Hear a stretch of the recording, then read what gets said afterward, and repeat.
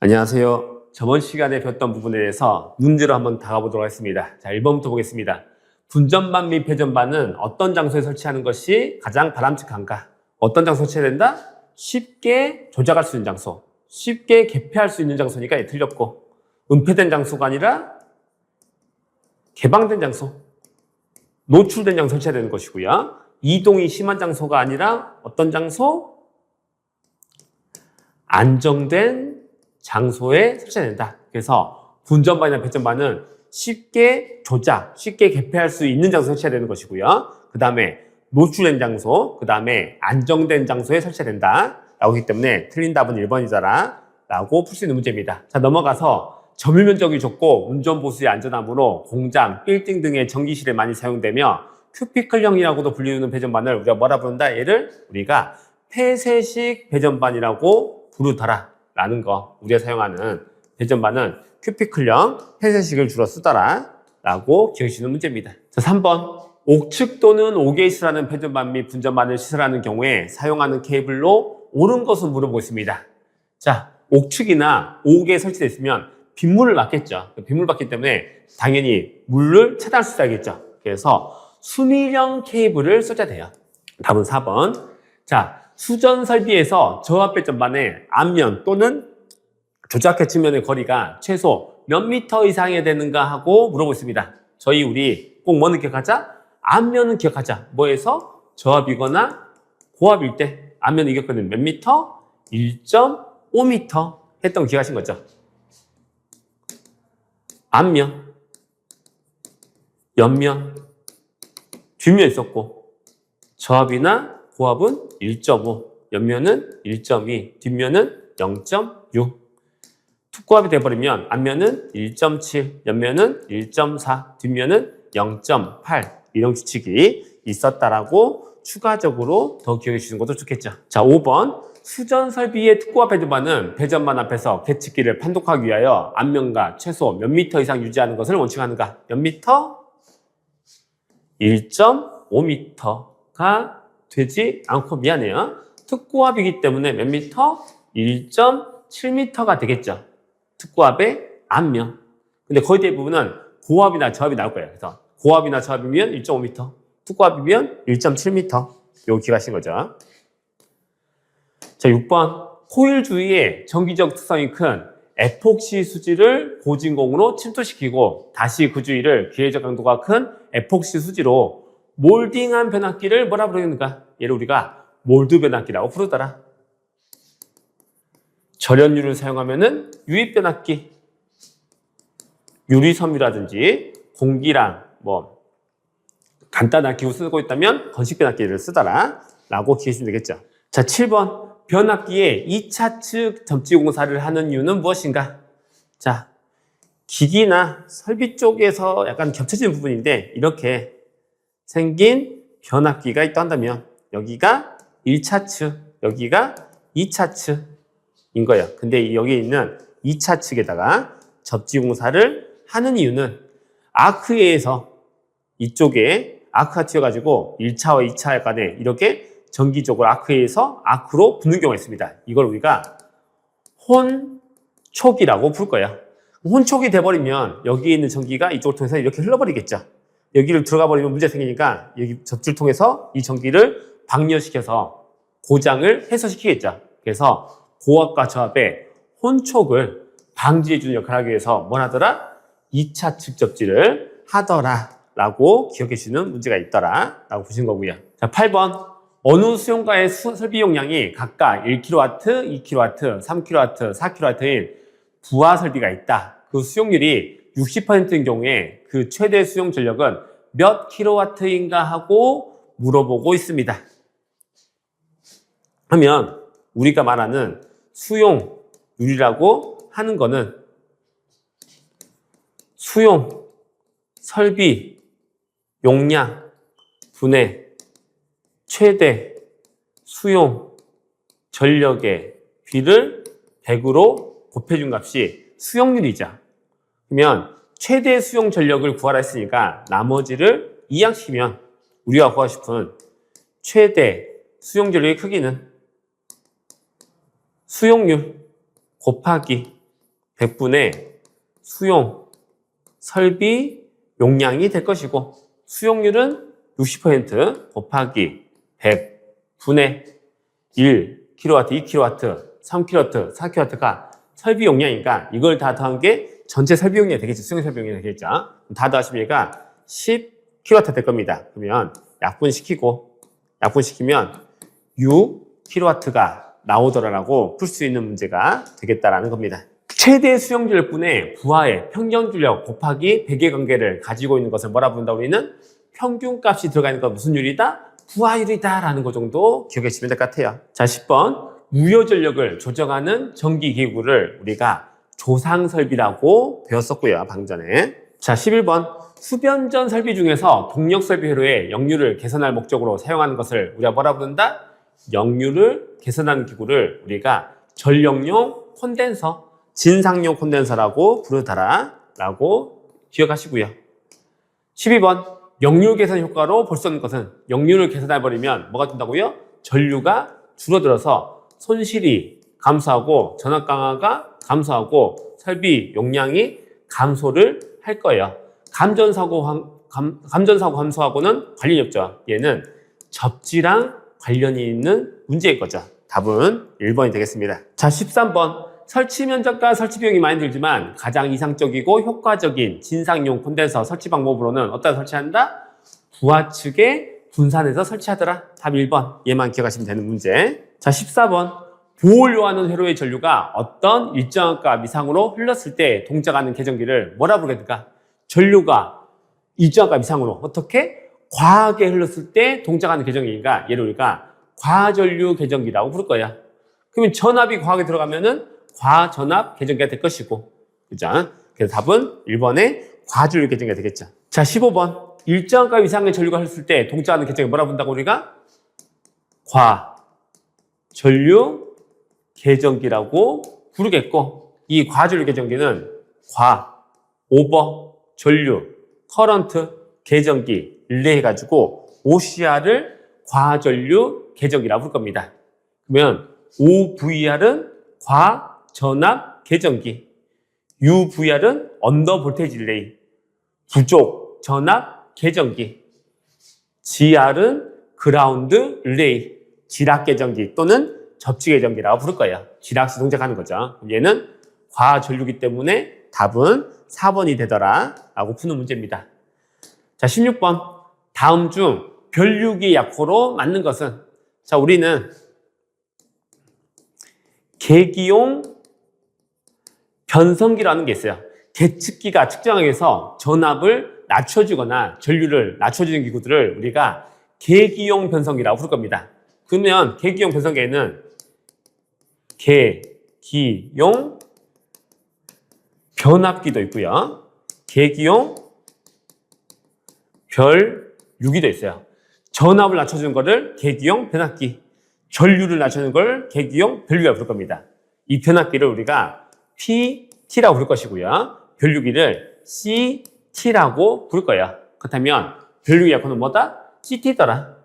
CB는 차단기, DS는 개폐기 일종인 단로기, COS는 변압기의 1차 측을 보호하는 용도로 쓰는 컷 아웃 스위치가 있는 겁니다. 답은 2번.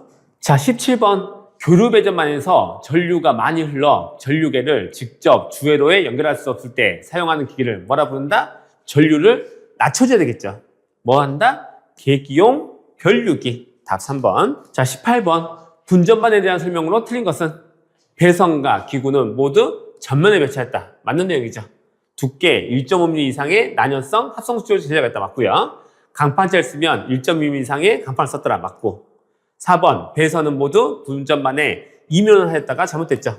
이면에다가는 어떤 거 설치하면 된다 안 된다? 안 된다라고 기억해 주시는 문제입니다. 자, 19번 가연성 가스 또는 인화성 물질의 증기가 누출되거나 체류하여 전기 설비가 발원이 되어 폭발할 우려가 있는 곳에 있는 저압 옥내 전기 설비의 공사 방법으로 가장 적합한 것은? 하고 물어보고 있어요. 그러면 아까 지금 설명한 대로 이런 유형이죠. 이러이러한 장소에서 공사 방법으로 가장 적합한 것은? 적합하지 않은 것을 물어볼 거고요. 그러면 우리는 순위를 세비해서 제일 좋은 게 케이블 공사, 그 다음이 금속관 공사, 그 다음이 합성수지관공사, 그 다음이 가요전선관공사, 그 다음이 애자사용공사, 그 다음이 덕트, 그 다음이 몰드공사구나라고만 정해 놓으시면 우리가 이제 할 수 있는 방법은 순위 매기는 거죠. 금속관이 1번, 셀로덕트가 2번, 애자사용공사가 3번, 가요전선공사가 4번인데 가장 적합한 것은 가장 위에 있는 게 답이 되는 거죠. 답은 1번의 금속관공사가 답이 되겠다라고 푸시는 문제입니다. 소맥분, 전분, 기타 가연성 물질이 존재하는 곳에 저압 옥내배선 공사 방법 중 적당하지 않은 것을 물어보세요. 아닌 것, 문제 가장 아래에 있는 거 찍으시면 되는 거죠. 애자사용공사가 1번, 합성수지관이 2번, 케이블공사가 3번, 금속관이 4번이니까 가장 아래에 있는 애자사용공사가 답이 되더라 라고 찍을 수 있는 문제인 것이죠. 자, 21번 한국전기설비 규정에 따라 가연성 부진의 전기설비가 발원이 되어 폭발할 우려가 있는 곳에 시설하는 저압 옥내 전기설비의 배선공사로서 적절하지 않은 것을 물었습니다. 이번에도 아닌 거야. 1번이 플로어덕트, 2번이 케이블, 3번이 금속관, 4번이 합성수지관이면 적절하지 않은 거기 때문에 가장 아래에 있는 덕트 1번 플로어덕트가 답이 되겠죠. 그리고 여기서 약간 주의할 점은 합성수지관 우리 배울 때 두께 몇 mm 이상 써야 돼요? 2mm 이상 써야 됐었죠. 그래서 두께 2mm 이상이라고 안 써있고 두께 2mm보다 작게 설정되어 있으면 그게 틀린 답이니까 걔를 보셔야 된다는 것까지 기억을 해주시면 좋을 것 같습니다. 자, 넘어가서 22번. 자, 한국전기설비 규정에 따라서 사람이 상시 통행하는 터널한 전선로의 시설 방법이 아닌 것을 물어보세요. 얘도 아닌 거니까 가장 아래쪽에서 찍으셔야 되겠죠. 1번이 금속재 가요전선관공사, 2번이 금속관공사, 3번이 합성수지관공사, 4번이 몰드공사니까 답은 얘도 4번이 되더라 라고 푸셔야 되는 문제입니다. 자, 셀룰로이드, 성냥, 석유류 등 기타 가연성 위험물질을 제조 또는 저장하는 장소에 시설에서는 안 되는 배선이에요. 안 되는 공사네요. 1번이 애자, 2번이 케이블, 3번이 합성수지관, 4번이 금속관. 안 되는 거니까 가장 아래에 있는 1번 애자공사가 답이 되는 문제. 자, 24번. 사람이 상시 통행하는 터널 배선의 사용진압이 저압일 때 배선 방법으로 틀린 것을 물어보겠습니다. 1번 금속관, 2번 금속덕트, 3번 합성수지관, 4번 금속재 가요전선관. 틀린 거니까 가장 아래에 있는 2번 금속덕트가 답이 되더라 라고 풀 수 있는 문제입니다. 동일하게. 자, 25번. 마그네슘 분말이 존재하는 장소에서 전기설비가 발원이 되어 폭발할 우려가 있는 곳에서의 저압 옥내전기설비공사로 옳지 않은 거네. 이번에도 케이블공사가 1번, 합성수지공사가 2번, 애자사용공사가 3번, 금속관이 4번. 틀린 답은 옳지 않은 거는 3번 애자사용공사가 답이 되더라 라고 동일하게 푸는 문제. 자, 26번. 화약류 저장소 안에는 전기설비를 시설하여서는 안 되나 백열전등이나 형광등 또는 이들과 전기를 공급하기 위한 전기설비를 금속관공사에 의한 규정 등을 준수하여 시설하는 경우는 가능하다. 설치할 수 있는 시설의 기준으로 틀린 것은 1번 전기기구는 밀폐형, 전폐형, 아크가 밖으로 튀지 않도록 전폐형인 것을 쓰면은 괜찮더라. 그렇죠? 콘센트라든지 플러그를 시설하면 안 되는데 전폐형을 설치하면 그나마 괜찮더라 라는 것이고, 2번에 전로에 대전하면 무조건 몇 볼트? 300볼트 이하 기억하시고요. 3번 케이블을 전기기구에 인입할 때에는 인입구에 케이블이 손상될 우려가 없도록 시설해야 된다. 좋은 말이죠. 나쁜 말이 전혀 없으니까 맞는 거고. 4번 전기설비에 전기를 공급하는 전로에는 과전류 차단기를 모든 작업자가 쉽게 조작할 수 있도록 설치할 것은 잘못된 거죠. 뭐가? 모든 작업자가 잘못된 거야. 담당자, 관리자, 취급자가 쉽게 조작할 수 있어야지, 모든 작업자가 쉽게 조작할 수 있으면 지나가다가 그냥 꺼진 스위치를 올려버려서 사고 날 수 있기 때문에 얘는 이 4번이 틀렸다라고 판단하시는 문제입니다. 자, 27번. 저압 크레인 또는 호이스트 등 트롤리선을 애자사용공사에 의해서 옥내 노출 장소에 시설하는 경우에 트롤리선은 바닥에서 최소 몇 미터 이상 설치하는가로 물어보네요. 어려운 문제니까 이렇게 보게요. 핵심 단어로. 트롤리선 나오면은 몇 미터? 3.5m구나 라고 푸시면 좋을 것 같습니다. 자, 28번. 한국전기설비규정에서 정하는 무대, 오케스트라, 박스 등 흥행장의 저압 옥내 배선 공사에 사용전압은 몇 볼트? 특이사항 없으면은 400볼트. 대전압은 300볼트. 답은 3번의 400볼트가 되겠죠. 자, 29번. 화약류 저장소 안에 백열전등이나 형광등 또는 이해 전기를 공급하기 위한 전기 설비에 하나여 전로의 대전압은 몇 볼트 이하의 것을 사용하는가? 대전압 나오면 무조건 몇 볼트라고요? 300볼트구나라고 우리는 생각하시는 거야. 기본값이니까. 특이사항 없으면 300볼트.